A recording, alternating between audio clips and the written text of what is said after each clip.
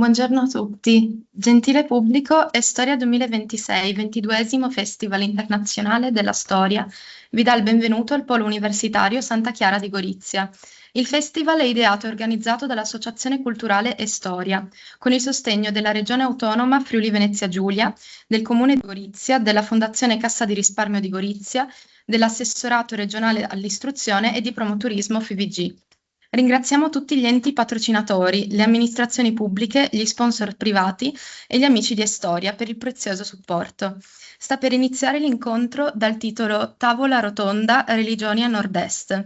Conversano il notaio Paolo Alberto Amodio, Antonella Pocecco in collegamento, Arturo Pellizzon, William Cisilino, Anna Limpido e Guglielmo Cevolin. L'evento è a cura di Historia Limes Club Pordenone Udine Venezia. E ricordiamo inoltre ai gentili ospiti che i libri degli autori sono presenti presso Libri in Giardino. Buona storia a tutti. Grazie al personale di Estoria. Chiediamo subito a un'altra realtà associativa che collabora e che è stato motore in questa iniziativa, e cioè l'Associazione Giuristi Cattolici Italiana e della sezione di Gorizia, perché è Udine Gorizia, ma essendo a Gorizia ci teniamo a sottolineare che c'è anche la sezione di Gorizia. E diamo subito la parola al notaio Amodio, che ne è il presidente della Unione Giuristi Cattolici di Udine e Gorizia. Grazie delle tue belle parole, Guglielmo. Io mi limito, a un saluto a tutti, in rappresentanza dell'associazione di cui sono presidente per la realtà di Udine e Gorizia. Gorizia Udine è più attiva nell'attività di questa associazione, Gorizia è un po' più torbida, ma qui grazie all'incontro con Estoria possiamo fare questo incontro estremamente interessante su religioni a nord-est, parità di genere, minoranze in Friuli Venezia Giulia. Un tema scottante di questi tempi, specialmente per alcune realtà di questa regione. Sappiamo che per alcune realtà di questa regione il tema della presenza di diverse confessioni religiose è un tema scottante. Io ringrazio in maniera particolare i relatori, la professoressa Pocecco, con cui siamo collegati in videoconferenza, il dottor Arturo Pellizzon, storico e scrittore, l'avvocato Anna Limpido, nostra vicepresidente dell'Unione Giuristi Cattolici per la sezione di Gorizia e consigliera di parità della Regione Friuli Venezia Giulia. Ringrazio poi in modo particolare il motore di tutto questo, il professor Guglielmo Cevolin, docente di diritto della comunicazione e dell'informazione digitale, referente dell'Università di Udine nell'ambito della R-Uni Pace, rete dell'Università della Pace in ambito CRUI, vice direttore del Master di Intelligence ed Emergency Technology dell'Università di Udine. Ringrazio alla fine tutti i presenti, per la loro bontà nell'essere voluti intervenire, a questo incontro. Saluti a tutti. Grazie all'avvocato, al notaio Amodio, ma mi colgo l'occasione anche per ringraziare l'avvocato Giacomo Patti, che sempre è di aiuto e è un faro un po' anche nell'associazione per le attività che vengono svolte. E adesso chiederei a Antonella Pocecco di prendere la parola. Ed ecco che l'abbiamo in collegamento, la causa che non è qui presente, lei insegna qui ed è stata anche fino all'altro ieri direttrice del corso di laurea in relazioni pubbliche, che è il corso più numeroso, direi, no? Dell'Università di Udine a Gorizia, e quindi, come dire, per Gorizia è un'importante studiosa, ma è una studiosa di questi fenomeni dal punto di vista direi storico-sociologico, tant'è vero che si è occupata in passato, io vi ho ricordato una sua pubblicazione proprio sul tema che tratterò oggi, e cioè il fatto di come le religioni erano trattate nei, tra virgolette, paesi dell'est europeo sotto il periodo di sovranità quasi dell'Unione Sovietica. Ho sbagliato? No, sì, correggi il tiro. Un po'. Correggerò il tiro. Buon lavoro, abbiamo un quarto d'ora a testa circa. Fermami e bloccami se vado oltre. Allora, buongiorno a tutte e a tutti. Mi spiace veramente non essere con voi, ma cause logistiche dello sciopero dei treni. In realtà io correggerò il tiro di Guglielmo, diciamo la presentazione di Guglielmo, perché più che altro non è che sia stato errato, però il mio focus è sul concetto di religione in maniera un po' particolare, cioè la religione terrestre imposta dai regimi post-totalitari nell'Europa centro-orientale, che ovviamente ha a che fare con le religioni nel senso classico, perché come spero di riuscire a illustrarvi, questo disincantamento del mondo imposto dai regimi totalitari ha in realtà, questo voler cancellare le credenze religiose, ha in realtà imposto un nuovo tipo di, diciamo così, credenza, ma di messianismo altrettanto totalizzante delle forme religiose più integraliste. Parto in realtà dalla fine della storia, parto da un'immagine, dall'immagine dei militari di Berlino Est che, scavalcando le macerie del muro, si trovarono di fronte a una folla entusiasta. Questa immagine è, come posso dire, sigla quell'annus mirabilis che è stato il 1989, che pur superato, ohimè, da altri eventi così importanti, così paradigmatici come l'11 settembre, è stato comunque un evento che ha influenzato chiaramente l'ultimo decennio del secolo scorso, ma che continua a influenzare la nostra realtà, soprattutto la realtà europea. Perché? Perché quell'immagine riporta alla mente il venir meno di quei grandi riferimenti che ordinavano il mondo, che forse in maniera anche un po' confortante lo rendevano più semplice. Il mondo bipolare è stato indubbiamente molto più facile da decriptare rispetto alla multipolarità a cui oggi dobbiamo fare i conti.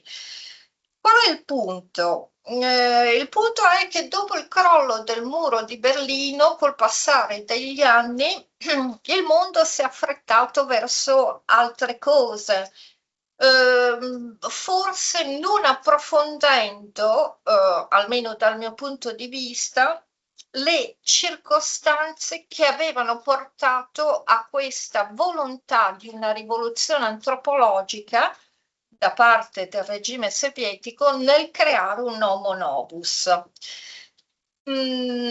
Ho individuato tre elementi principali per caratterizzare e definire la peculiare situazione delle società dell'Europa centro-orientale. Da un lato il tentativo di de-europeizzare questa parte d'Europa, dall'altro la trasfigurazione della politica post-totalitaria, e spiegherò fra un attimo perché utilizzo questa accezione, di una religione terrestre, e infine concluderò col concetto di autototalitarismo sociale che, ohimè, mi sembra ancora oggi, diciamo così, pertinente, attuale. A partire dal febbraio del 1945 l'Europa centro-orientale è scomparsa, inghiottita concettualmente e concretamente nell'insieme indistinto del blocco sovietico. In realtà non è mai scomparsa nell'ambito di circoli intellettuali che mantenevano la memoria della Mitteleuropa e anche grazie a qualche rara figura dissidente che riusciva a sfuggire dalle maglie della cortina di ferro. Però per la stragrande maggioranza dell'opinione pubblica occidentale questo divenne un mondo a parte, un nuovo Oriente. Mentre la complessità delle situazioni che questi paesi, Ungheria, Polonia, Cecoslovacchia, eccetera, stavano vivendo, avrebbe meritato probabilmente maggiore attenzione. Perché in questi paesi venne imposto il sistema di tipo sovietico, che era una costruzione politico-ideologica non congruente alla realtà socioculturale di questi paesi che guardavano da sempre all'Europa, che aveva, scusatemi, correggo, che avevano un'anima profondamente europea. Quest'idea di estraneità, diciamo così, la ritroviamo nell'orribile espressione Europa dell'Est, che persistette a lungo dopo il crollo del muro di Berlino e che ancora oggi talvolta viene menzionata. Ma come ha scritto Václav Bieloraski, questa definizione di Europa dell'Est come lontananza, estraneità, è un'espressione meschina.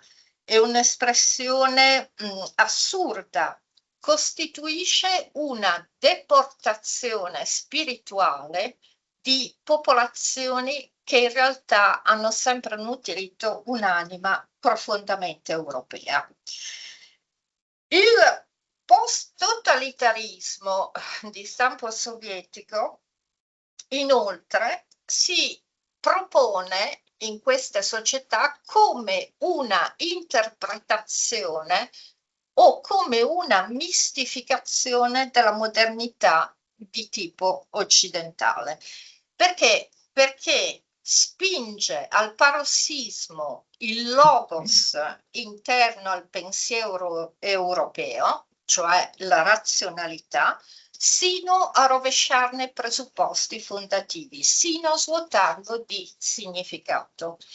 Infatti, questo uso assoluto di razionalità non ha nulla a che vedere con un uso ragionevole della razionalità. E il secondo punto da cui deriva questa considerazione è proprio l'annientamento dell'identità soggettiva, vale a dire il mancato riconoscimento delle persone come individui portatori di una identità unica ed originale. Perché? Perché questi sistemi, negando l'esistenza del soggetto, dell'individualità, vogliono, e quindi del cittadino nella sua partecipazione alla cosa pubblica, vogliono trasformarlo in un suddito. Si tratta infatti di uno sforzo ossessivo di omogeneizzazione. Vale a dire l'universalismo emancipatore del marxismo si trasforma in questo senso in una delle ideologie di dominazione imperialista fra le più raffinate, fra le più perfette, nell'ottica del principio della cosiddetta expansive isolation. E Yalta al contempo diviene così il simbolo di una aspirazione profonda da parte di questi regimi, quella di modificare antropologicamente l'uomo. Tant'è vero che l'Europa di Yalta viene anche definita come generazione di Yalta, dove questo paradigma dell'homo sovieticus, dell'homo novus, viene portato anche qui all'ennesima potenza. Il post-totalitarismo, chiamato così da Václav Havel, perché giustamente a suo avviso è qualcosa di più, è qualcosa di diverso rispetto alle dittature classiche, rappresenta il meta-riferimento della credenza, rappresenta in primo luogo la volontà di definire e dominare l'esistenza sia individuale sia collettiva. Questa aspirazione, questa azione, come dire, si fonda proprio su un'utopia, e il voler realizzare un'utopia porta inevitabilmente alla violenza perpetuata dall'uomo sull'uomo. Violenza che è reale, che è concreta e non semplicemente ideale. Quindi questo post-totalitarismo di stampo sovietico si appropria di alcuni elementi della modernità di tipo occidentale e li reinterpreta sulla base della nuova società che vuole edificare. Queste società in realtà hanno vissuto una modernizzazione senza modernità, perché si basavano sulla disomogenea combinazione di due elementi principali. Da un lato, questa modernità che viene imposta dall'alto in diversi ambiti della vita sociale, cioè industrializzazione, urbanizzazione, burocratizzazione, progresso tecnologico, sviluppo educativo, eccetera. E dall'altro vi sono ancora le vestigia di una società premoderna e tradizionale, soprattutto in termini di paternalismo politico, nepotismo, privilegi di status e così via. Quindi il paradosso fra una modernità tangibile, almeno in alcuni ambiti ed alcuni livelli, in realtà non è, diciamo, il paradosso di questa modernità tangibile si situa nel fatto che non è accompagnata da una contemporanea interiorizzazione, o se volete modernità culturale da parte dei cittadini di queste società. La ideologizzazione del sistema di tipo sovietico in Europa centro-orientale non è semplice elevazione all'ennesima potenza dei suoi contenuti politici. Tant'è vero che si parla di una sintesi mitico-religiosa o di una religione terrestre, perché in realtà la politica di una società-stato di tipo sovietico non è politica. Paradossalmente vi sono degli elementi mistici che la trasfigurano e la legittimano. E non solo ogni azione individuale deve essere ridotta ad un asservimento, ma anche la stessa società deve essere trasformata in un'entità immobile, proprio perché i ritualismi, il dogmatismo, eccetera, impedendo qualsiasi forma di dialettica sociale, diventano una cappa pesante sempre allo scopo di impedire qualsiasi forma di resistenza o di rifiuto.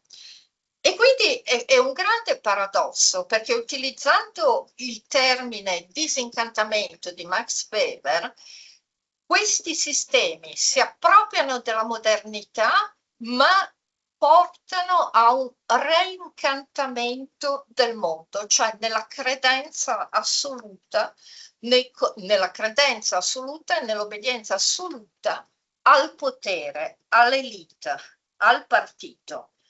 Quindi questa logica post-totalitaria ha delle forze, dei punti di forza, dei punti di debolezza. Punti di forza consistono nel fatto che dando plausibilità a un universo di significato che si basa sulla totalità, perché comprende ogni aspetto della vita delle persone. In definitiva, ciò significa possesso di tutti i codici interpretativi della realtà ad ogni livello. Debolezza perché un sistema di questo genere non può resistere all'erosione della fattualità, della realtà che muta, che cambia, e quindi, se vogliamo, la sclerotizzazione di questo sistema ideologico, questa sua cristallizzazione in religione terrestre, può essere concepito come una metafora dell'implosione dei sistemi di tipo sovietico, che effettivamente in realtà corrispondono appieno ad un modello ierocratico secolare, che dipende in maniera estremamente marginale dalla politica vera e propria. E un punto centrale, o se volete un centro gravitazionale in questo modello ierocratico secolare, è costituita dall'elite partito. L'elite partito che viene sacralizzata, che deve essere sacralizzata, e da qui la sua inaccessibilità e la sua distanza dalla società reale. Antonella, ti chiedo 5 minuti così di avviarti alla conclusione. Grazie. Ok. Per avviarmi alla conclusione, nell'ambito di questa religione terrestre è chiaro che esiste una langue de bois, cioè un sistema propagandistico estremamente sofisticato che si evolve col passare del tempo, che stabilisce tutti i rituali, stabilisce tutte le forme linguistiche che sono possibili, che possono essere utilizzate. Ma queste non sono semplicemente formule vuote, sono formule che dicono ciò che può essere detto, ciò che può essere fatto e ciò sull'altro versante che non deve essere detto, non deve essere fatto. Quindi la propaganda non solo agisce come unica fonte di informazione, ma agisce anche come forma di controllo. E da qui le definizioni di superrealtà o controllo del pensiero, che in definitiva costituiscono l'ossatura latente di questa religione terrestre, che però ha un'importante ricaduta. Perché? Perché per i cittadini di queste società, che come dicevo, società profondamente europee, col cuore che batte nell'Europa, per questi cittadini l'impossibilità di contraddire un destino che è sottomesso a un'elite partito, che è sottomesso ad un dogma politico molte volte non interiorizzato, non capito e comunque inafferrabile, porta all'asse ferro, porta all'anomia, che naturalmente è un qualcosa che corrode i gangli vitali di qualsiasi società. Individualmente il suddito delega la ragione all'ideologia, però la conseguenza diretta è che finisce con l'identificarsi in quella ideologia. Interiorizzazione, rassegnazione e afasia emotiva. Perché? E questo è estremamente attuale, perché l'ideologia, un'ideologia forte, in definitiva è rassicurante. In un'epoca come la nostra, della crisi delle certezze, vediamo su altri versanti come questa ideologia forte può fornire dei riferimenti a persone che più o meno consciamente decidono di abdicare all'autonomia della propria riflessione. E qui rientra, e su mezzo secondo per concludere, il concetto di autototalitarismo sociale di Václav Havel, per cui in pratica gli individui diventano vittime e in realtà supporto del sistema impersonale che li circonda e che pervade ogni piega della loro esistenza. E Havel diceva, e questo è un rischio sempre attuale. Grazie. Bene, grazie Antonella. La professoressa Pocecco ci ha illustrato questa categoria che ho lasciato spiegare a lei della religione terrestre, che era anche nel titolo del suo intervento e che però non ho voluto svelare, l'ho detto con le mie parole e forse ho sbagliato, non so se ho raggiunto la sufficienza. Però adesso entriamo più propriamente nel campo di storia, quindi la storia, e viene il dottor Arturo Pellizzon, First President di storia, ma giornalista, scrittore e storico, primo presidente di storia, scrittore perché tra le varie cose ha pubblicato alcuni libri, ma anche ha un libro molto recente che è in libreria, che è Il piano di Lerth, nel quale ha descritto delle dinamiche di potere ma in forma romanzata. L'aspetto invece sul quale ci informerà oggi è come a Fiume, quindi qua vicino, tutto sommato, quantomeno sono partiti da qui, a Fiume. Grazie. Allora di nuovo anche da parte mia buongiorno a tutti. Chiedo scusa per prima il mio arrivo travolgente che vi ha...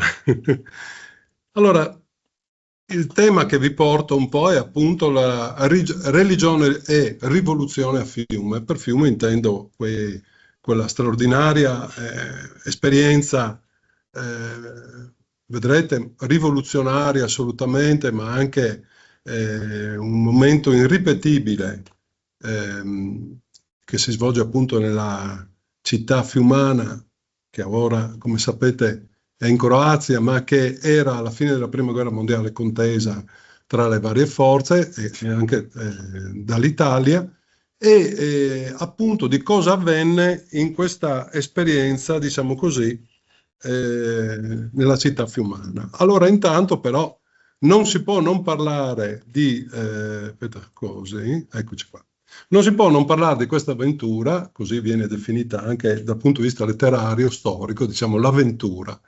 Non si può parlare senza questo signore che è Cavallo, che voi avete conosciuto tutti solo a vederlo, perché è una figura notissima, appunto Gabriele D'Annunzio, il poeta soldato, il vate, il comandante, il capo, il poeta, uno dei personaggi più noti ovviamente di quel tempo.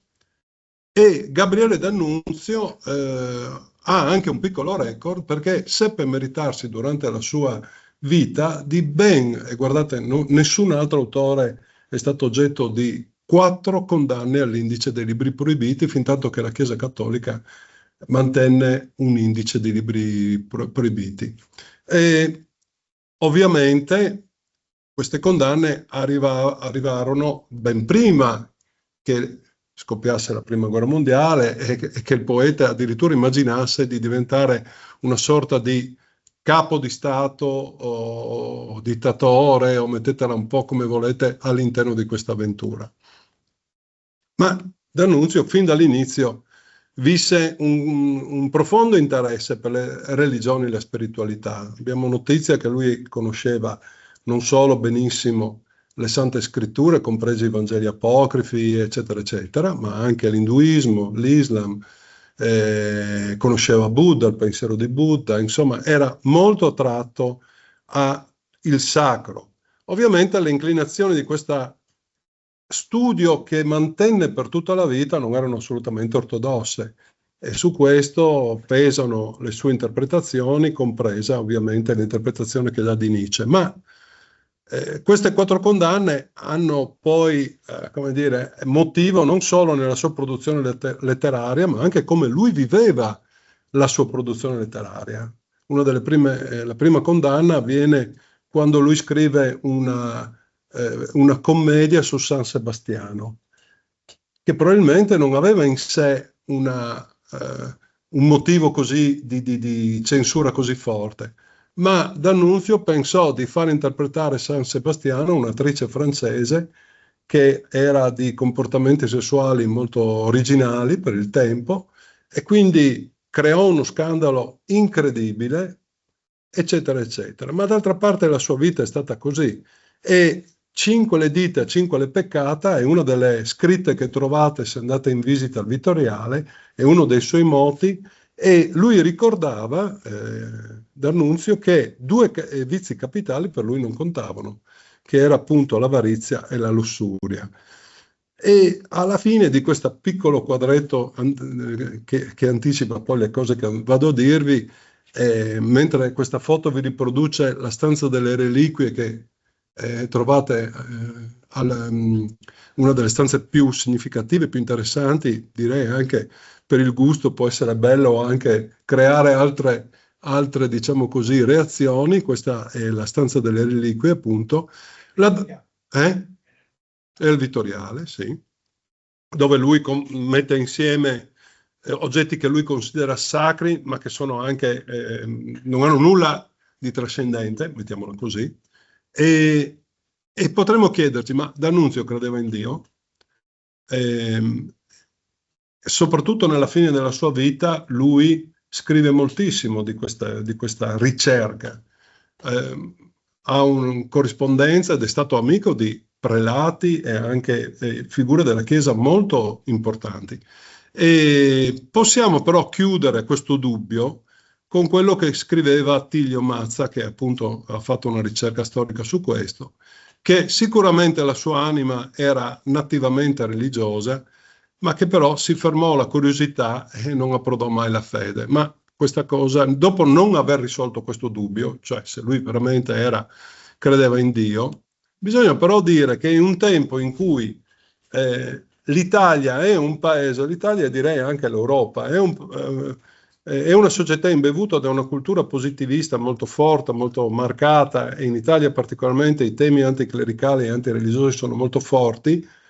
D'Annunzio invece continua a scrivere del sacro, continua a avere una visione, se vogliamo, anche attenta alle Sante Scritture, ovviamente rimescolandole, riutilizzandole, anche stravolgendole ovviamente. Ma la cosa più forte avviene appunto durante la Prima Guerra Mondiale, quando lui addirittura riesce a farsi arruolare nell'esercito. Sapete, aveva 52 anni e assieme a Guglielmo Marconi era il soldato non ufficiale di carriera più anziano dell'esercito, ma la cosa strana è che non si accontentò di avere un atteggiamento così da stare nelle retrovie, da fare discorsi, che i comandi gli avrebbero volentieri affidato solamente quel compito lì, ma comincia a desiderare di partecipare, anzi lo dice fin dall'inizio, di partecipare alla guerra.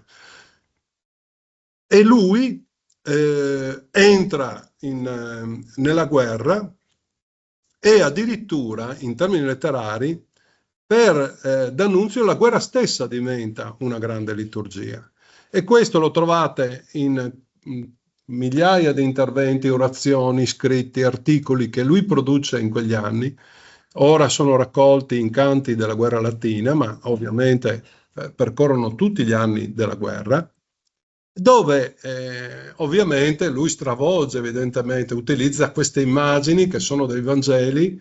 Ad esempio la morte dei fanti italiani diventa la potatura dei tralci nel Vangelo di Giovanni, le imprese belliche degli avieri, gli osanna angelici dei Vangeli, le 11 battaglie dell'Isonzo, il numero degli apostoli, Giuda diventa Caporetto, il Grappa, il Monte della Trasfigurazione, eccetera, eccetera, eccetera. Adesso non voglio annoiarvi.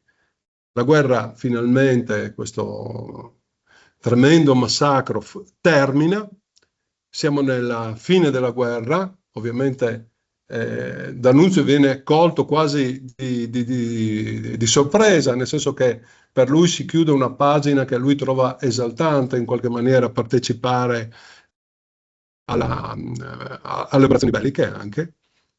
E nella lettera ai Dalmati si chiede quale pace finalmente sarà imposta a noi poverelli in Cristo, per ricordare a tutti noi la passione, l'attenzione, quasi addirittura una piccola mania, potremmo dire, che D'Annunzio sviluppò nei confronti di San Francesco. San Francesco, lui visita ovviamente Assisi, ne rimane particolarmente colpito, ha sempre questa attenzione per il santo appunto di Assisi, interviene addirittura per far ritornare degli averi ai frati di Assisi che erano stati come dire, nazionalizzati, potremmo usare questo termine che non è esatto, dopo tu mi rimproveri, che non mi viene adesso. Vedo che hai 42, sei vado velocissimo. E sì. hai ancora 6 minuti. 6 minuti, corro. Quindi entriamo a Fiume, come entrò appunto D'Annunzio, ma per fare questo dobbiamo immergerci in quel magma rivoluzionario di quei momenti. E dopo i primi 2 mesi in cui di fatto sostanzialmente D'Annunzio spera che il governo ratifichi semplicemente l'occupazione che lui aveva già di fatto realizzato, quando si rende conto che questo non avviene, partono altre idee, partono altri progetti e vi è quel precipitarsi sopra l'avvenire che è questo. L'avventura inventa nuovi costumi, nuova libertà sociale, culturale. E, sapete, D'Annunzio utilizza il discorso alla folla, i saluti romani, tutte le cose che poi il fascismo ripescherà, no? Come utilizzerà profondamente, come sappiamo, ma usa anche l'uso di una retorica cristologica. Crea una coreografia in grado di far sentire il popolo partecipe. Sono importantissimi in questo senso proprio il dialogo che quasi quotidianamente lui apre con i fiumani e con i legionari, e in fondo, in qualche maniera, Fiume, che diventa la città di vita, lui instaura la vita festa, dove vi è la trasgressione dei divieti e si vive assieme negli spazi pubblici, dove la vita collettiva diventa più importante della vita privata, e ovviamente in un momento di rivoluzione i giovani hanno un ruolo importantissimo, mettono in discussione i simboli e le norme dei padri, cercano nuovi modi bizzarri, nuovi abbigliamenti. Possiamo dire sostanzialmente che a Fiume nasce una controsocietà giovane e trasgressiva, antitetica all'ordine dei padri, contro i valori del risparmio, della famiglia, della religione. Ma la religione in realtà entra a Fiume molto potentemente, perché entra ma viene assolutamente trasformata. Vi è un continuo richiamo con manifestazioni pubbliche e con l'utilizzo anche di immagini o di forme o di atteggiamenti che sono religiosi, tant'è che queste adunate prendono in qualche maniera il posto delle litanie. Vi è l'uso di simboli, di reliquie, pugnali, fiamme, la bandiera, il tricolore di Randaccio, insomma, eccetera, molto forte. Anche proprio le feste religiose, più religiose, nel senso che ad esempio il patrono di San Vito o la ricorrenza di San Sebastiano o il San Francesco diventano delle grandi manifestazioni civili e che D'Annunzio riesce in qualche maniera a assumere e a stravolgere in sé, creando anche molta preoccupazione. Il vescovo Celso Costantini, che è l'amministratore apostolico nominato a Fiume, è preoccupato dal paganesimo che in qualche maniera si sta diffondendo. Lui conosceva molto bene, era amico di D'Annunzio. Pensate che nell'atmosfera che si viene a creare, ipnotica, esuberante, di continua festa, di continua esaltazione, addirittura nasce un movimento del clero fiumano che chiede una riforma. Ecco, questo è una nota veramente particolare. Ma questa cosa non è solamente nelle feste, nelle occasioni così che D'Annunzio inventa. continuamente. Ma nel documento più importante che ci lascia questa avventura, che è la Costituzione, la Carta del Carnaro, è una carta costituzionale recentemente anche rivalutata da De Vergottini, quindi noi tutti conosciamo la Costituzione di Weimar, ma probabilmente, anzi, la Carta del Carnaro è più avanzata per certi aspetti della Costituzione di Weimar. È scritta sulla ossatura del sindacalista rivoluzionario De Ambris, e di fatto, anche se nomina una reggenza, è una repubblica, e prende la sovranità collettiva, prevede la sovranità collettiva di tutti i cittadini, e anche qui è una piccola novità per il 1920, senza distinzione di sesso, di razza, di lingua, di classe, di religione. Ha elementi rivoluzionari molto molto avanzati, che adesso, credetemi, non posso citarvi. Entra nella Costituzione anche la società civile, perché vengono riconosciute le scuole, i comuni, le università, le corporazioni, ma anticipa la Carta di 26 anni il diritto di voto alle donne e di essere votate, e di ben 70 il diritto di vestire una divisa. Ci sono una serie di articoli che D'Annunzio scrive di suo pugno, e quindi non sono dovuti alla scrittura originale di De Ambris. Il 14° è interessante per quello che stiamo dicendo, ed è dove D'Annunzio chiarisce quali sono le credenze religiose del nuovo Stato. Dice: 3 sono le credenze religiose collocate sopra tutte le altre nella università dei comuni giurati. La vita è bella e degna di essere veramente e magnificamente la vita dell'uomo rifatto intiero dalla libertà. L'uomo intiero è colui che sa ogni giorno inventare la sua propria virtù per ogni giorno offrire ai suoi fratelli un nuovo dono. Il lavoro, anche il più umile, anche il più scuro, se sia ben eseguito, tende alla bellezza e orna il mondo. Queste sono 5 minuti. 5 minuti proprio regalati. L'articolo 14 che vi ho appena letto, se lo leggiamo ovviamente, disegna una nuova concezione religiosa che è estranea dalla trascendenza e dall'esistenza in Dio. Alla base c'è il lavoro, piuttosto, visto come quello che è capace di creare bellezza. Sempre nella Costituzione c'è un'altra parte dove viene definita religiosa la musica. Anche questo è uno degli articoli originali di D'Annunzio, e poi c'è quello che è la sacralità con cui D'Annunzio vede anche le corporazioni nelle quali la società doveva, come dire, dividersi, e vi era un obbligo addirittura ad iscriversi. Ad esempio c'erano anche le corporazioni dei professori, degli studenti, per pensare, ecco, non erano solo dei lavoratori. La 10ª è quella che non ha nome ed è misteriosa. Si pensa che sia stata scritta da D'Annunzio perché lui non si vedeva nelle altre 9, ma però insomma è quella che, non ho il tempo di leggervela, ma è quella che indica l'obiettivo di tutto il movimento rivoluzionario moderno, quello di liberare l'uomo dall'eredità della fatica, che la religione cristiana invece vede come la conseguenza del peccato originale. Quello che succede a Fiume era ovviamente una rivoluzione, ed era molto determinata dai giovani, e ce lo spiega benissimo Giovanni Commisso, che partecipò, ovviamente era appena smontato dalle trincee, arrivò a Fiume, quando ci dice che la guerra non era stata combattuta solamente per liberare terre e uomini, ma soprattutto, secondo Commisso e molti dei fiumani, per liberarsi dai principi, dalle idee, dai costumi, dalle idee del passato.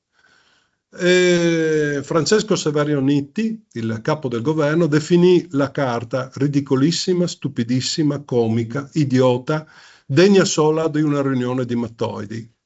E la carta poi venne ovviamente rifiutata da Mussolini, che la ritenne neanche come dire, possibile come piattaforma per un futuro Stato fascista, anche perché era priva di quella visione che poi arrivò col fascismo, Dio, patria e famiglia, ma anche per dire il riconoscimento della religione di Stato, ovviamente. Adesso, al di là di come noi la pensiamo, di come il mondo poi ha corso e di come il mondo si è dimenticato anche di questa Costituzione, mai si sarebbe sentito, ho finito, durante il regime il saluto finale che D'Annunzio lanciò dal balcone del municipio: viva l'amore all'Allah.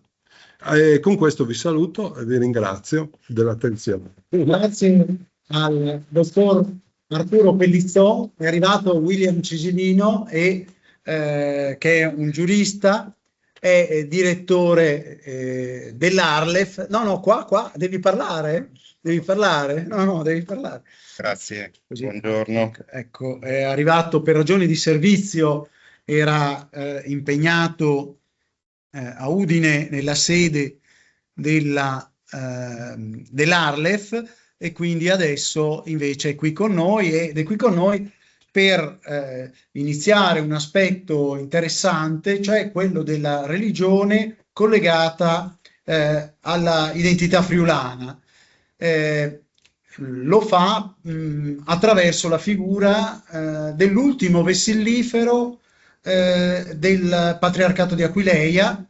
È un documentario videofilm nel quale c'è stata anche la partecipazione, e che partecipazione, del professor Franco Cardini, che avremo domani. Quando me ne sono andato era proprio per rispondere alla sua chiamata. Ci sono problemi di treno con lo sciopero dei treni, perché lui è a Perugia adesso, ma è molto determinato a raggiungerci in qualche modo, e ha disdetto una lezione che aveva a Firenze. Insomma, è probabile che ce la faccia a venire. Però ecco, abbiamo qui un po' l'ideatore, il motore di questo approfondimento, William Cisilino dell'Arlef, direttore dell'Arlef, con questa figura diciamo, importante per il Patriarcato di Aquileia, di Marco di Moruzzo, che io invece ho chiamato di Morettuzzo, sbagliando un tempo fa. Sarà stato contento il consigliere regionale Morettuzzo, forse.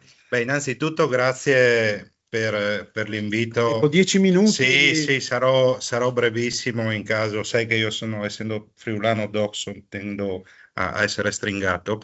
No? Scusa anche se non mi sono seduto davanti, ma siccome è dedicato alle religioni il festival di quest'anno, no? Uno che non si intendeva di festival e di convegni, ma era molto intelligente, un giorno gli hanno chiesto: ma quando andiamo in una situazione così, dove dobbiamo sederci?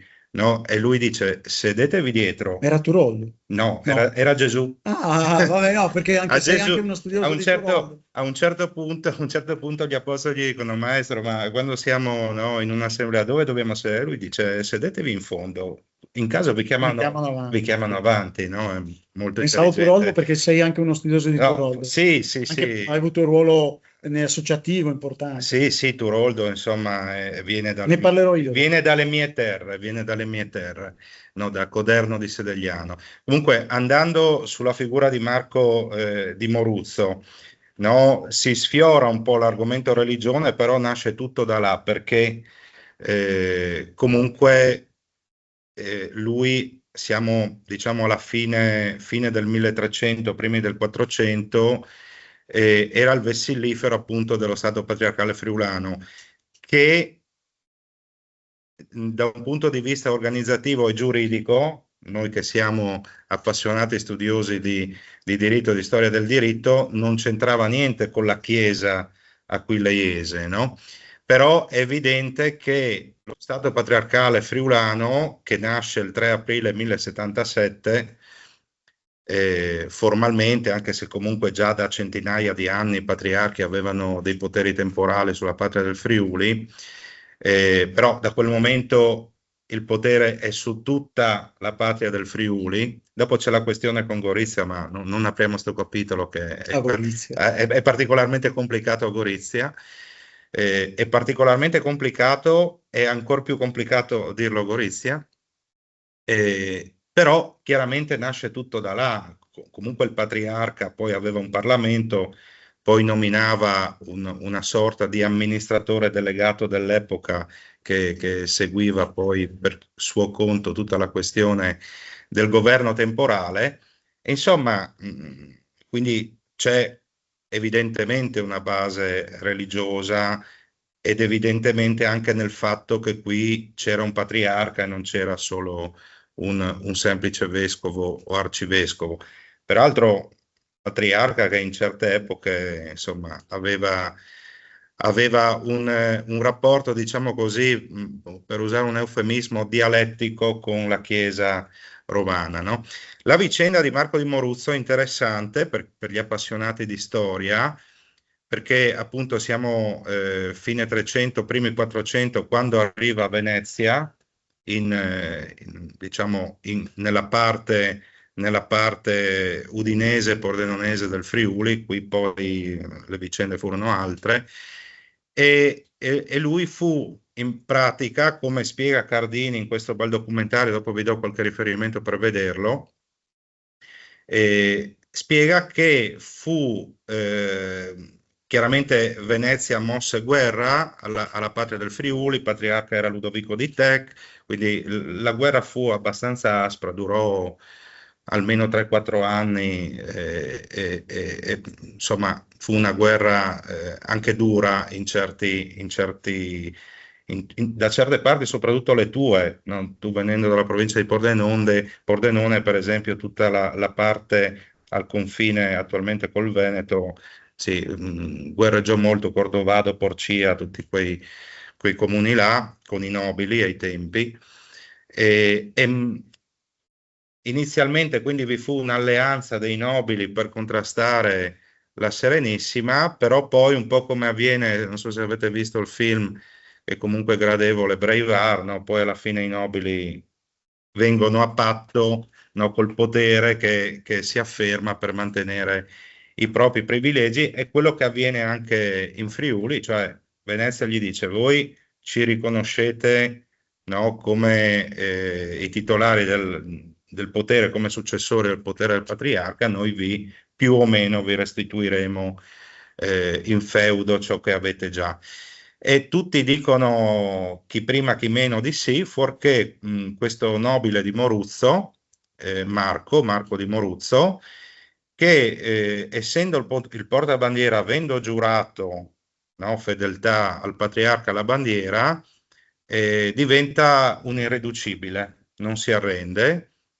La storia poi adesso, anche non voglio dirvi troppi particolari, se non andate a guardare il documentario ben raccontato da Cardini. Comunque l'epilogo purtroppo non è bello, perché Venezia a un certo punto cinge il suo castello, l'attuale si vede ancora qualche vestigio del castello di Moruzzo, lo cattura, gli fa un processo, lo processa. Interessante il processo anche per noi giuristi, perché poi alla fine non potevano accusarlo di nulla, perché lui stava mantenendo fede al giuramento che aveva dato, quindi inventano una scusa. Lo condannano a morte al patibolo, con esecuzione in piazza del castello di Udine. Solo che, ecco, lì non si capisce bene perché, forse per impedirgli di dire qualcosa prima di essere giustiziato. Comunque l'epilogo è che viene, diciamo, ucciso in cella e viene decapitato morto, cosa che si faceva a quei tempi, anche se a noi sembra una cosa chiaramente un po' macabra. E quindi poi di questa storia, la cosa interessante di questa storia è che si sapeva qualcosina, cioè c'erano dei cenni, però la cosa interessante che si vede nel docufilm è che la famiglia d'Arcano, che è la famiglia nobile che abita alla Brunella di Fagagna, che forse avrete visto, spero per voi di sì, perché è bellissima. ristrutturando il proprio archivio negli anni '80 trovò nascosto in un volume del Cinquecento un manoscritto di un alto prelato della loro famiglia che prestava i propri servigi presso la curia del Papa verso la fine del Cinquecento, in cui racconta minuziosamente la storia di questo avo, che però doveva ancora rimanere nascosta perché in quell'epoca, insomma, Venezia era ancora importante e magari poteva creare anche qualche incidente diplomatico il fatto che un alto prelato scrivesse queste cose. Insomma, tutto questo per incuriosirvi. Il documentario lo trovate su vari canali in streaming, sia su Amazon Prime, sia su YouTube Films, sia anche su Apple TV.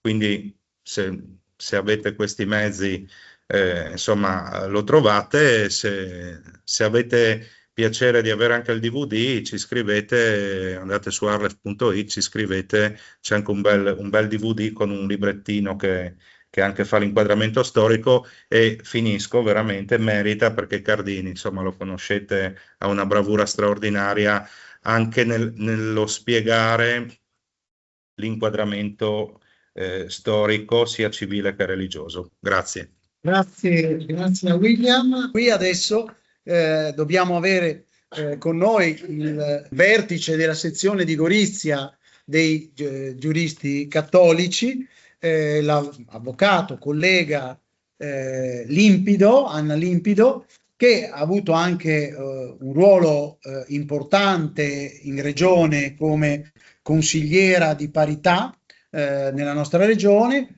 E adesso è anche, oltre che vicepresidente dell'Unione dei Giuristi Cattolici di Gorizia, è presidente dell'associazione Consiglio per la Parità di Genere, e ci parlerà proprio di parità di genere con profili sociologico-giuridici. A te hai, direi, un quarto d'ora e qualche minuto in più, visto che tutti lo hanno fatto. Io sarò svizzera, in realtà cercherò di stare nei tempi. Allora, intanto buongiorno a tutti e grazie Guglielmo, grazie dell'invito, e ovviamente mi unisco ai saluti del presidente dell'Associazione Giuristi Cattolici che mi ha preceduto, il notaio Amodio, e voglio anche portare i saluti dell'avvocato Lucia Galletta, che è la presidente dell'Ordine degli Avvocati di Gorizia, che non è potuta esserci, ma mi ha pregato appunto di portare i suoi saluti. Che dire, chi mi ha preceduto sono, insomma, io mi permetto di dire colleghi, ma in realtà sono studiosi veramente di spessore enorme, ce lo hanno dimostrato, ci hanno detto cose molto importanti, con un approccio di professori, di storici, di docenti. Il mio è un approccio differente, perché indubbiamente la mia esperienza si è forgiata in particolar modo con il mio ruolo di consigliera di parità della Regione Friuli Venezia Giulia. E la consigliera di parità è un'autority che difende fattivamente le donne discriminate. Quindi il mio approccio è un approccio estremamente pragmatico.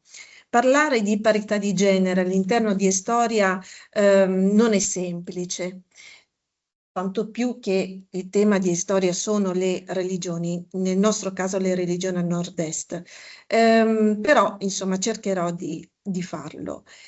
Partiamo proprio dalla parità di genere.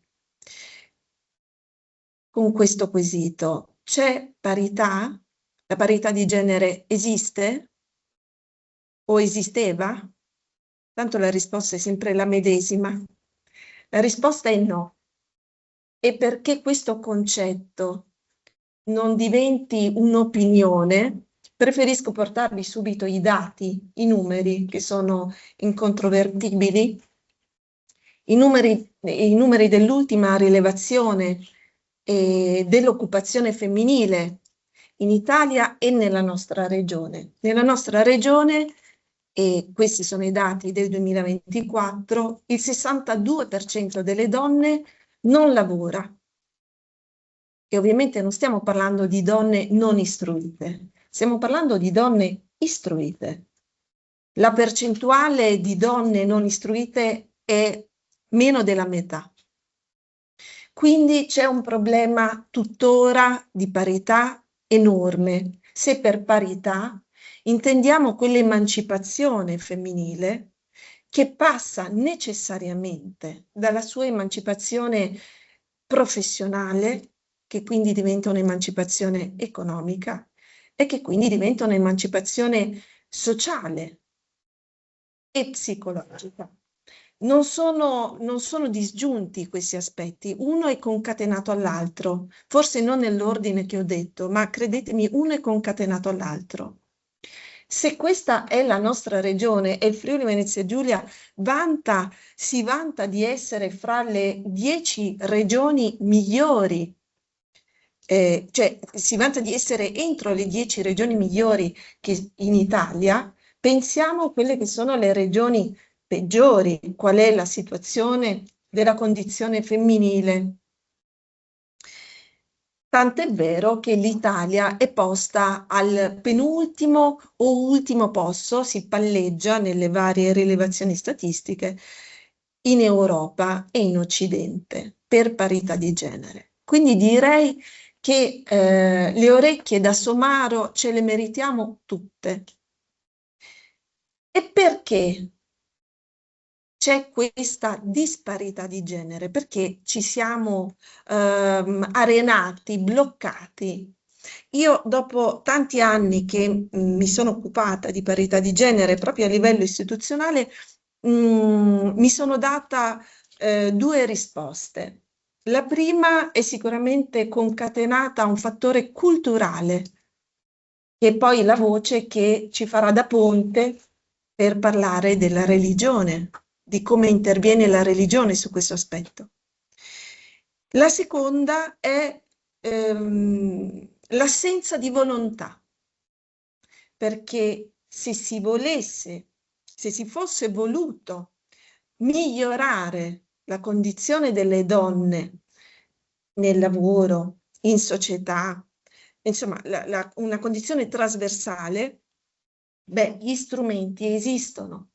Forse non esiste lo strumento che individualmente è risolutivo, però gli strumenti esistono stati occidentali dove vengono praticati, quindi esistono anche esempi più virtuosi. Quindi io lo dico con assoluta brevità, anche per tempo, sono portata a pensare che la parità di genere non sia voluta, non sia possibile, non sia voluta. E ci sono delle ragioni precise per cui non è voluta. Ragioni che non hanno niente a che vedere con una sorta di sessismo o di svalutazione di genere. È una precisa volontà di convenienza economica e sociale. Ma andiamo per ordine. Quindi, dato per acclarato e pacifico che la parità di genere oggi, 2026, non esiste, mi sono posta la domanda su come la religione, anzi diciamolo al plurale, almeno per le religioni maggiori, almeno quelle che fanno parte del ceppo del cristianesimo, quindi l'ortodossia, il cattolicesimo e il protestantesimo, mi sono posta la domanda come queste religioni hanno avuto un effetto, come si sono intrecciate nella questione femminile negli anni.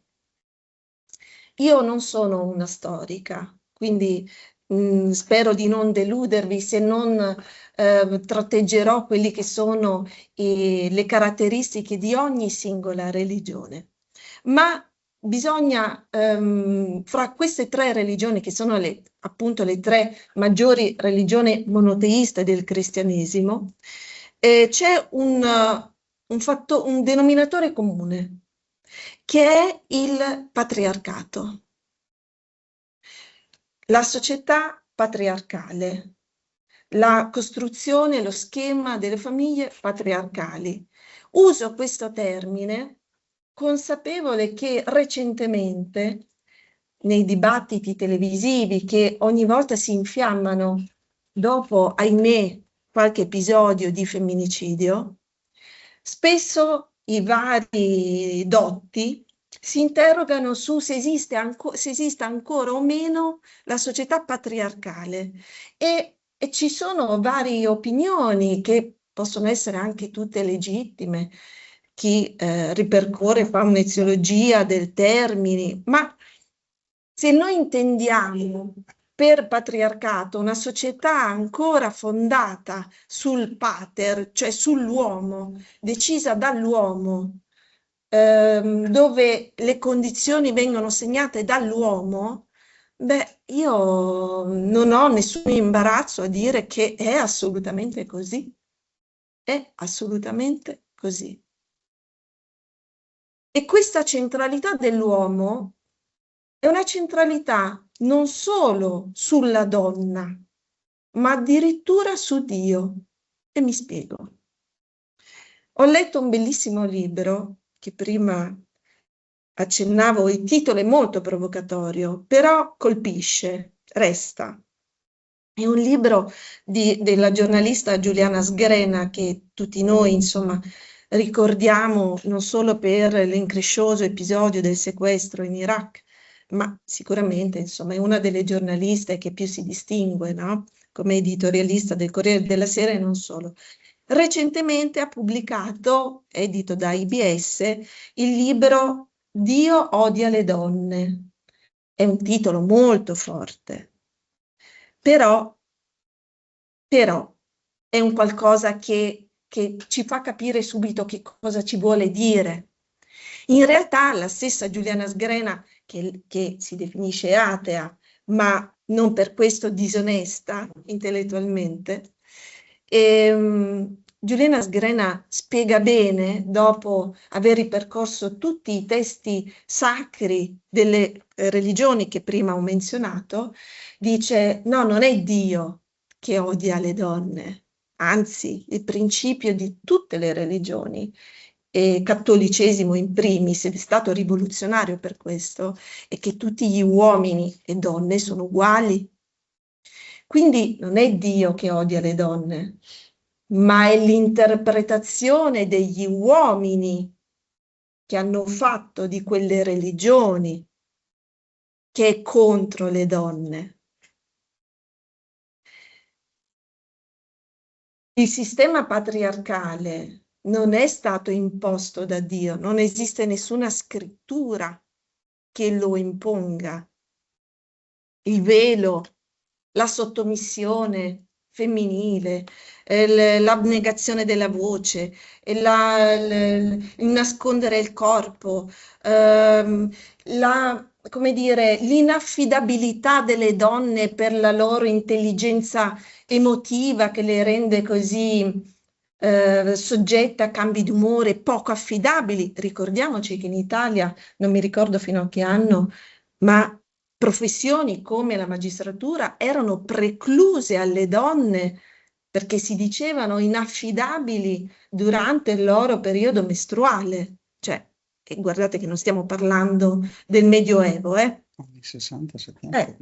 Parliamo della società comunque moderna. Bene, e dico questo per non dire tanto altro, però quindi questo non è Dio. Se noi cerchiamo nelle sacre scritture, e in questo io mi sono ovviamente affidata alla ricerca fatta da questa giornalista, non c'è traccia di questa diseguaglianza. Mi ha molto incuriosito che c'è un passaggio non detto da Gesù, ma da San Paolo, che parla dell'importanza che le donne siano velate, perché l'uomo è fatto a immagine e somiglianza di Dio, la donna è sottomessa con il velo, addirittura si parla di velo nella nostra religione cattolica. E paradossalmente nella religione che oggi più ci spaventa, vogliamo dirlo così, o insomma ognuno lo declini con la propria sensibilità, che è l'Islam, lì il Corano non parla mai di velo. Quindi c'è stata, se vogliamo usare un termine più pungente, potrei dire una manipolazione del messaggio di Dio, chiunque Dio sia.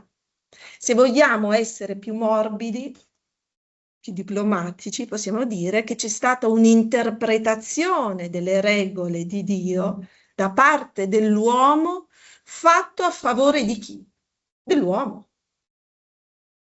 E a sfavore di chi? Delle donne, la cui sessualità viene nascosta, vengono considerate un pericolo, vengono considerate inaffidabili, eccetera, eccetera, eccetera. Attenzione che poi le religioni raramente si sono, raramente ora mi sono ovviamente preso un appunto storico, ma raramente si sono allontanate dallo Stato, ove ovviamente esisteva una differenza, no? Un doppio binario tra uno Stato laico e la religione, o dove comunque c'era l'imperatore e un potere religioso, perché sappiamo benissimo che esistono zone, tuttora ovviamente, o tempi dove il reggente, l'imperatore, era anche la guida spirituale, ma dove invece c'era una diramazione, dove la religione non aderiva alla società, veniva perseguitata. Chi professava, chi praticava quella religione venivano perseguitati. Ovviamente noi tutti siamo abituati a studiare fin dai tempi scolastici la persecuzione dei cristiani, che è terminata proprio con Costantino nel 313 d.C. E perché venivano perseguitati i cristiani? Non solo perché parlavano di un Dio diverso dall'imperatore, che quindi l'imperatore aveva paura di perdere potere, ma per incomprensioni culturali, c'erano delle divergenze culturali. E con appunto con l'editto di Costantino la religione inizia a sovrapporsi, cioè iniziano ad assomigliarsi quelli che sono i percorsi. C'è un lavoro di avvicinamento. E qual è la condizione delle donne in questo assomigliarsi? Resta sempre uguale. Il patriarcato le vuole in quel ruolo. E guardate che potrei dire fino al 1900, la situazione delle donne non cambia radicalmente. Ora poi voglio portare qualche dettaglio positivo, però insomma la condizione delle donne, voglio dire, se non c'è parità oggi, non posso certo rappresentare una parità storica che non esisteva. E questo quindi vedete come si è intrecciato con la religione, si è intrecciato con la società si è intesa come insieme di individui, ma addirittura tutto questo è stato interiorizzato in ognuno di noi. E questo perché? Da cosa lo si vede? La psicologia ci mostra, quindi lo studio dell'individuo, quindi non più dell'individuo in società, ma del singolo individuo, cosa ci mostra? Ci mostra che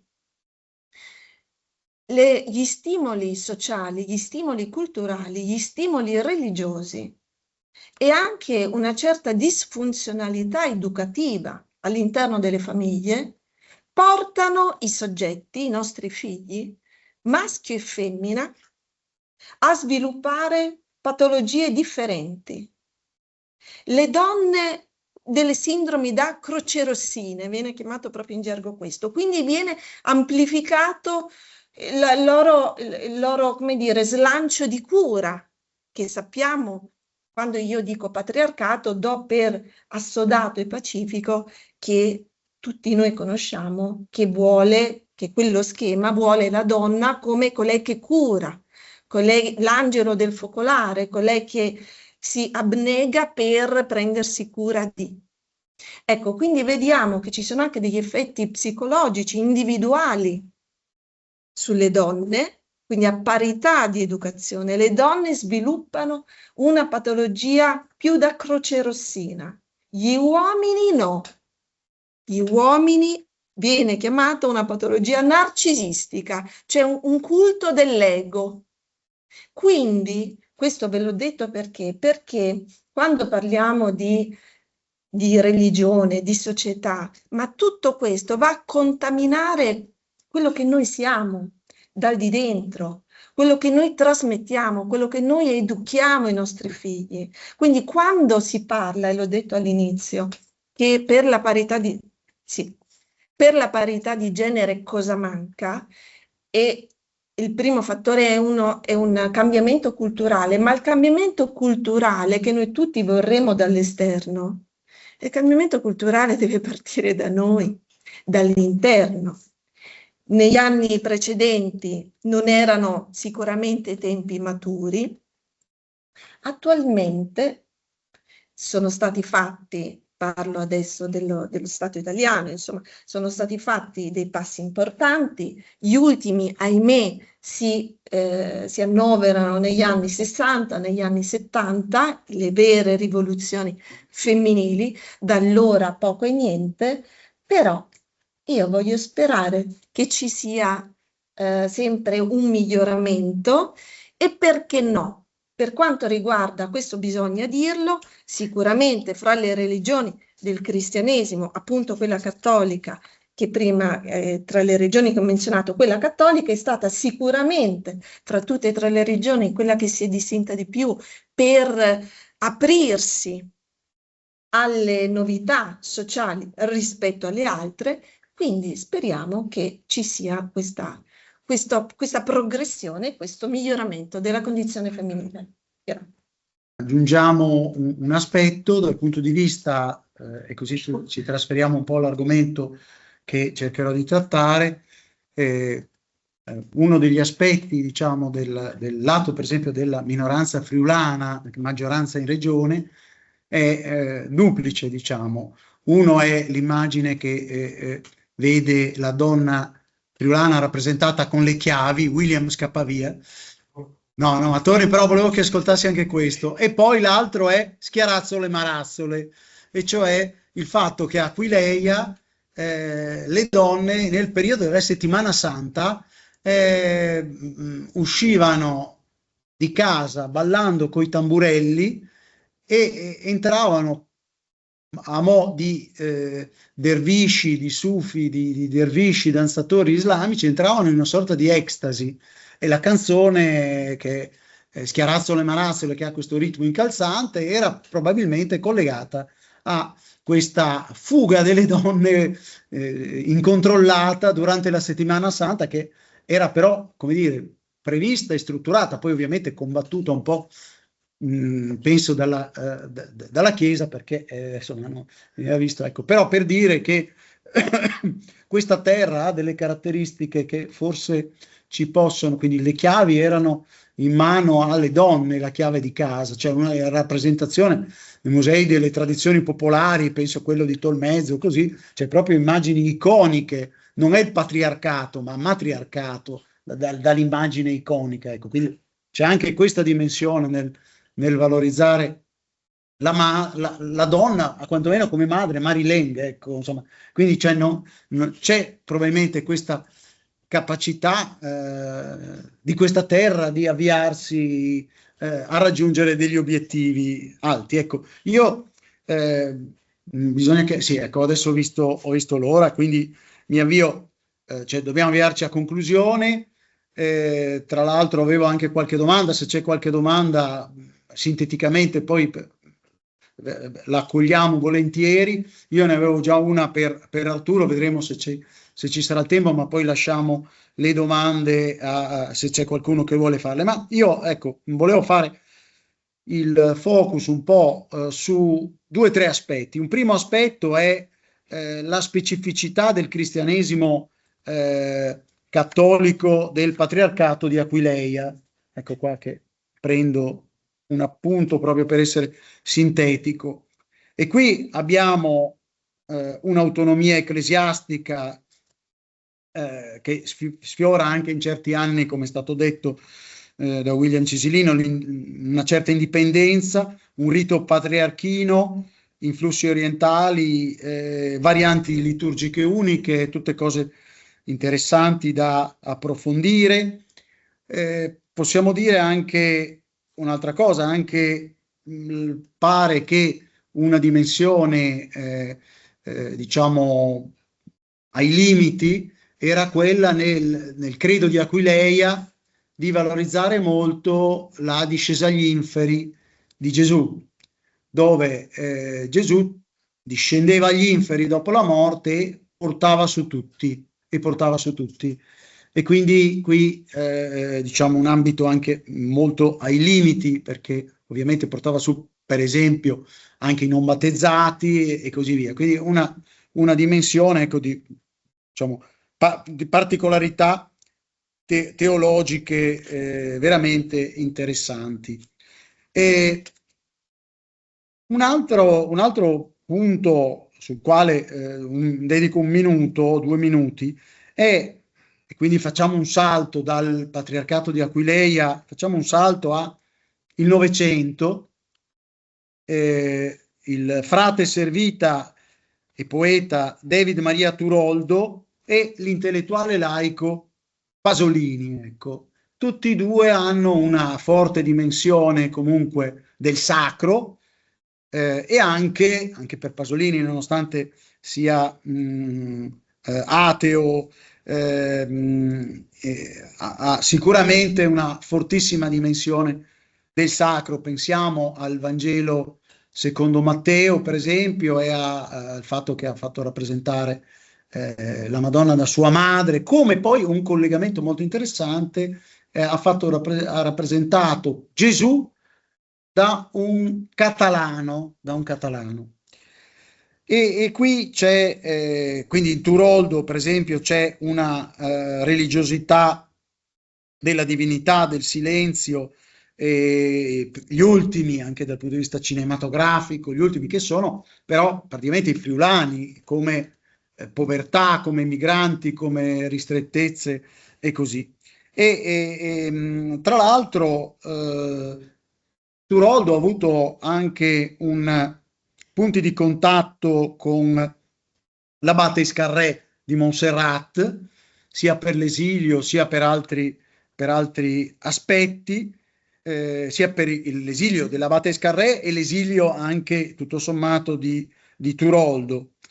E poi ecco la dimensione del sacro nel Friuli come una dimensione che non è folklore, ma è una profondità assoluta, sia ovviamente Turoldo, ma anche Pasolini, con una religione naturale, preindustriale, antropologica, delle sagre, dei culti mariani, ma sono categorie che lui ha espresso in poesia Casarsa, nei diversi Stroligut e nella Meglio Gioventù.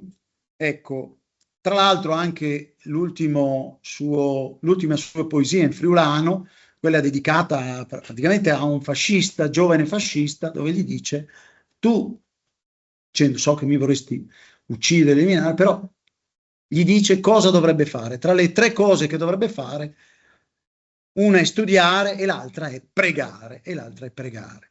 Quindi questo fino alla fine, gli ultimi giorni, l'ultima poesia in friulano.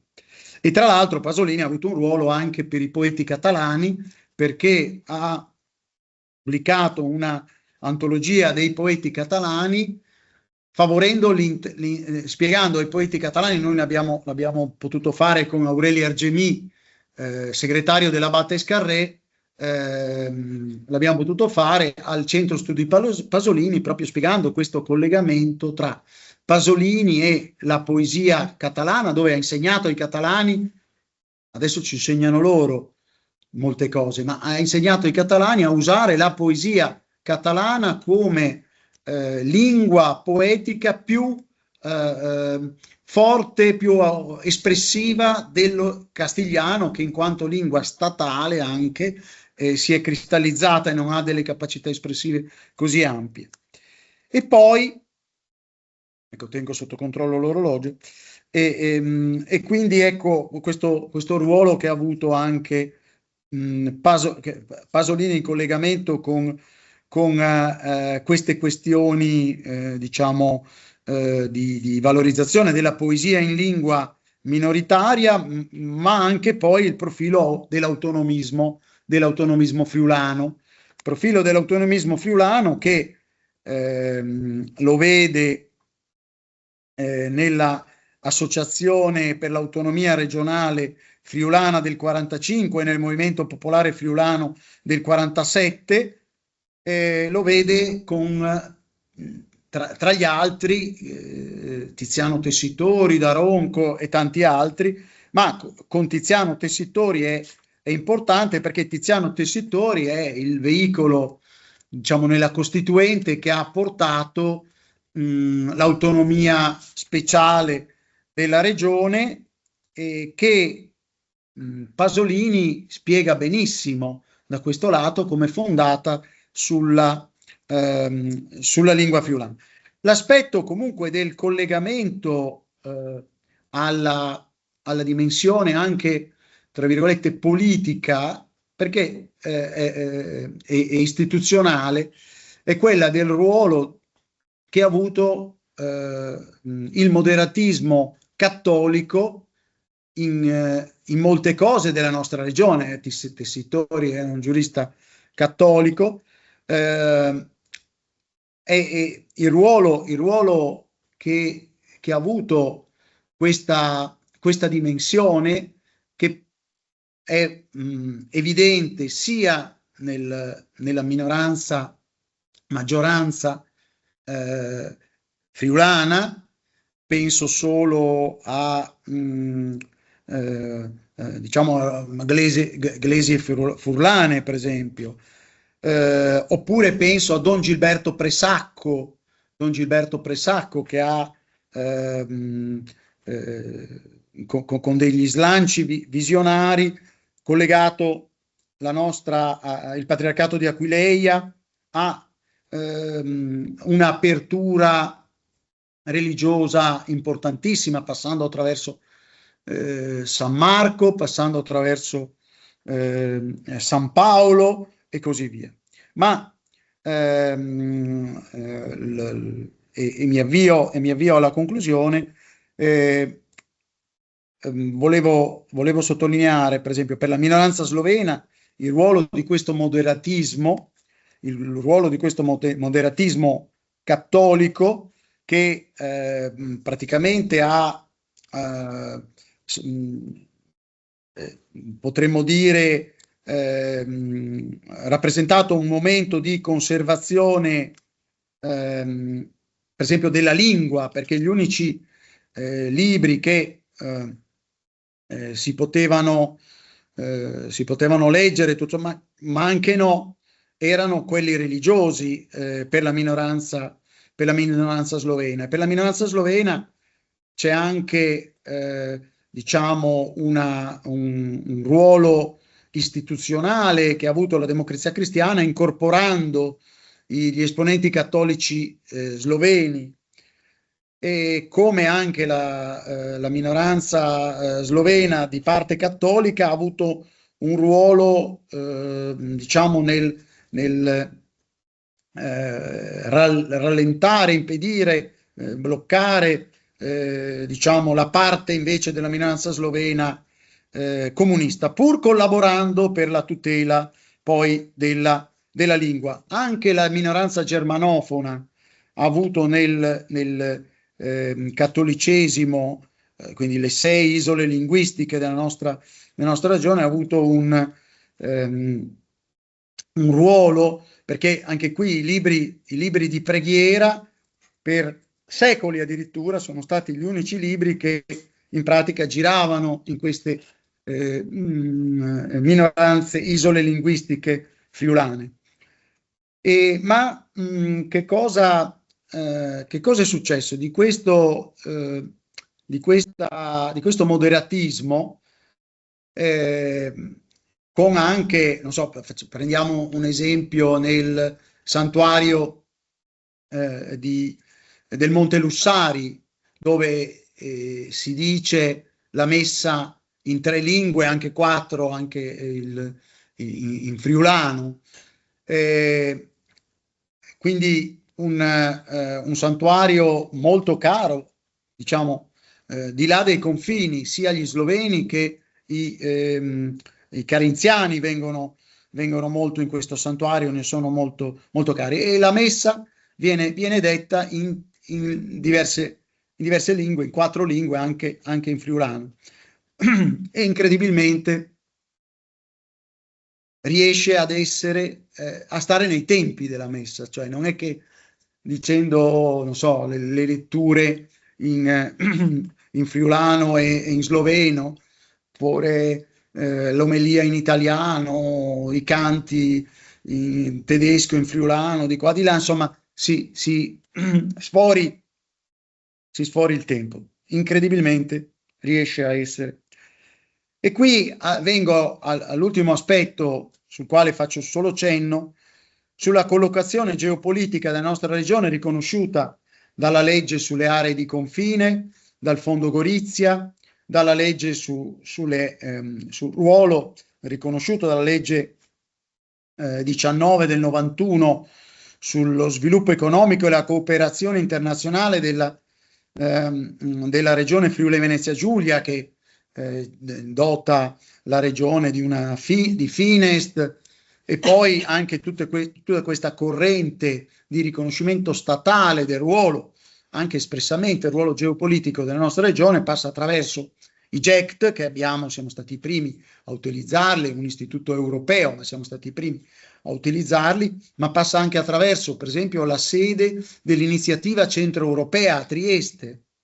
Attualmente, tra l'altro, questa iniziativa diplomatica di base dei parlamenti, che sfrutta il ruolo dei parlamentari delle diverse regioni del centro dell'est europeo, tra l'altro vede vede un friulano di Pordenone come segretario generale, l'avvocato Dalmas, e poi un altro aspetto importante che abbiamo è anche il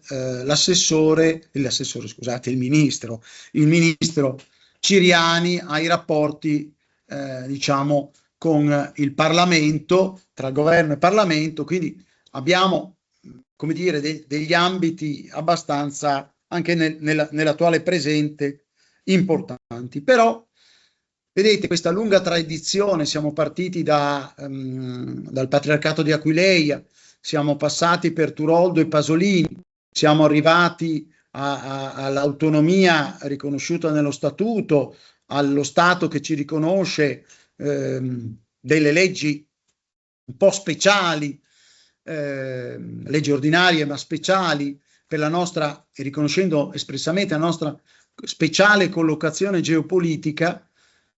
Siamo arrivati a dover riconoscere che cosa? Che qui in questo territorio, probabilmente attraverso questo lungo percorso, queste caratteristiche che partono da Aquileia, che aveva tante lingue e